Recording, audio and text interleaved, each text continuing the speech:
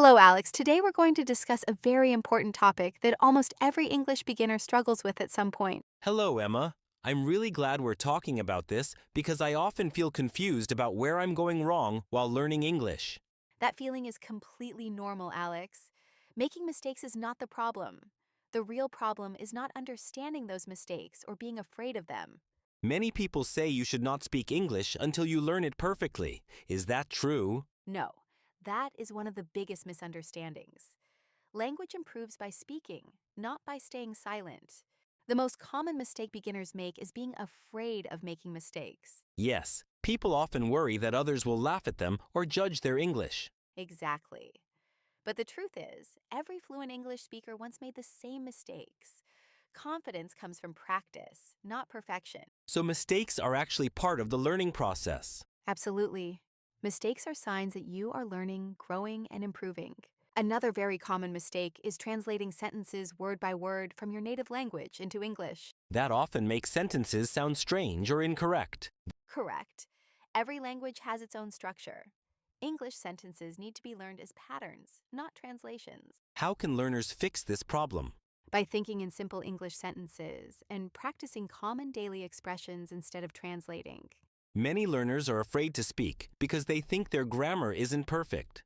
That's another major mistake. Grammar is important, but communication is more important. So fluent speakers don't always use perfect grammar. Exactly. They focus on expressing ideas clearly, not on being grammatically perfect. Some beginners speak very fast because they are nervous. And that usually creates more mistakes. Yes, speaking slowly and clearly helps you sound more confident and understandable. So speed doesn't mean fluency? Not at all. Clarity matters more than speed. Another big mistake is not practicing English regularly. Some people study for hours one day and then stop for a week. Exactly. Language learning requires consistency. Even 10 minutes a day is powerful. Many learners feel discouraged when they compare themselves to fluent speakers. That's very harmful. Everyone learns at a different pace. So comparison slows progress? Yes, you should only compare yourself to your past self. People often worry about their accent. Accent is not a problem.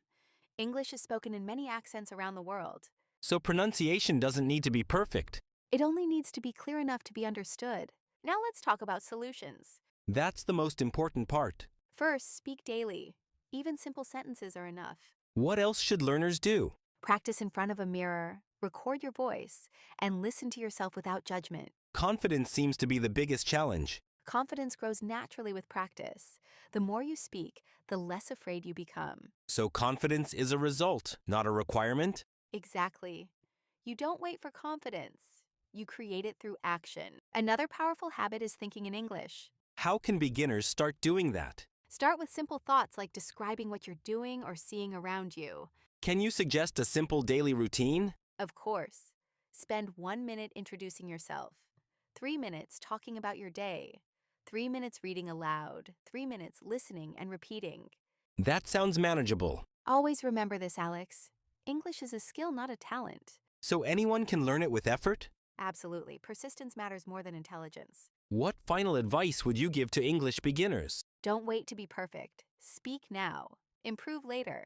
That's very encouraging. If you continue practicing, fluency will come naturally. And if you stop speaking, nothing will change. Exactly. Progress begins with action. Mistakes are not enemies, they are teachers. And confidence grows when we stop fearing mistakes. Well said, Alex. Take care of yourself. Remember me in your prayers.